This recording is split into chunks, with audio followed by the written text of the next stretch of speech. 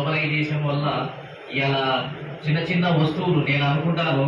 ఒకప్పుడు చాలా వస్తువుల గురించి మనం ప్రాకులాడేది, గడియారాల గురించి, సెల్ ఫోన్ల గురించి, సైకిళ్ళ గురించి, స్కూటర్ల గురించి. వాళ్ళ కుప్పలు కుప్పలు జీన్ ప్యాంట్లు అయితే మా చిన్నతనంలో ఎవరో గొప్ప వాళ్ళు జీన్ ప్యాంట్ వేసుకుంటారు అని అనుకునేది. ఇవాళ కుప్పలు కుప్పలు పోటీలో పోతే కుప్పలు కుప్పలు పోసి అమ్ముతున్నారు గడియారాలు కానీ, రేడియోలు కానీ, టీవీలు కానీ.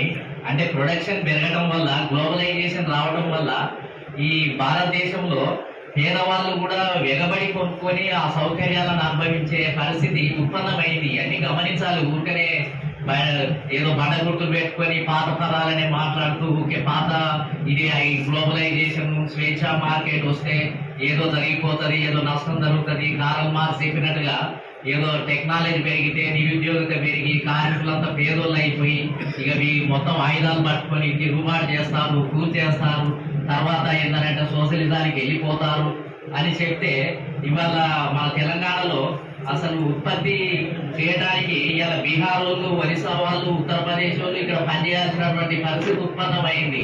అంటే ఒకవైపు టెక్నాలజీ పెరుగుతుంది, ఇండస్ట్రియలైజేషన్ పెరుగుతుంది, ఒకవైపు ప్రైవేటు పెట్టుబడి పెరుగుతుంది, కానీ నిరుద్యోగ సమస్య ఏం పెరగడం లేదు. అంటే పని అందరికీ ఇంతో లభిస్తుంది. వాస్తవం ఉంటేనే పైకట్టు పదాలలో దేశంలో తీని దేశం వాళ్ళు ఉన్నారు, నిరుద్యోగులు ఉన్నారు అని మాట్లాడుతున్నాం. కానీ అడ్డమీరికి పోతే అసలు రోజుకు 800 వెళ్ళిపోతే ఎవరు వచ్చే పరిస్థితి లేదు. ఇవాళ గ్రామీణ వ్యవస్థలు అట్నే ఉంది, హైదరాబాద్ లో కూడా అట్నే ఉంది.